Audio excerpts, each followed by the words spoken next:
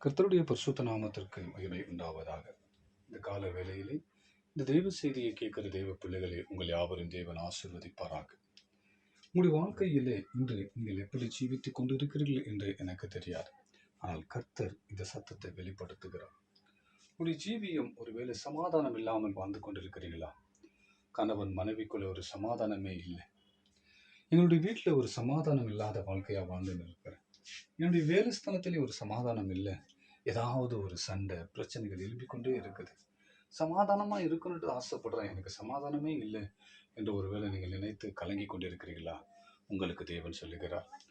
யோவான் சுவிசேஷம் 14 அதிகாரம் 27 வசனத்தில் சொல்லுகிறார், என் சமாதானத்தையே உங்களுக்கு கொடுக்கிறேன், உலக கொடுக்கிற பிரகாரமாய் நான் கொடுக்கல, என் சமாதானத்தை உங்களுக்கு கொடுக்கிறேன், நீங்க பயப்படாம இருங்க, கலங்காம இருங்க என்று கர்த்தர் சொல்லுகிறாருங்க.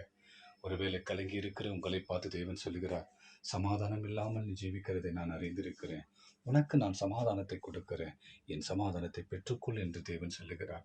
அவருடைய சமாதானத்தை பெற்றுக்கொள்வதற்கு நாம் என்ன செய்ய வேண்டும்? வேதத்திலே வாசிக்கிறோம். சங்கீதம் 37:11 சாந்த குணமுள்ளவர்கள் பூமியை சுதந்திரித்து மிகுந்த சமாதானத்தினாலே மனமகிழ்ச்சியா இருப்பார்கள் என்று வேதத்தில் வாசிக்கிறோம்.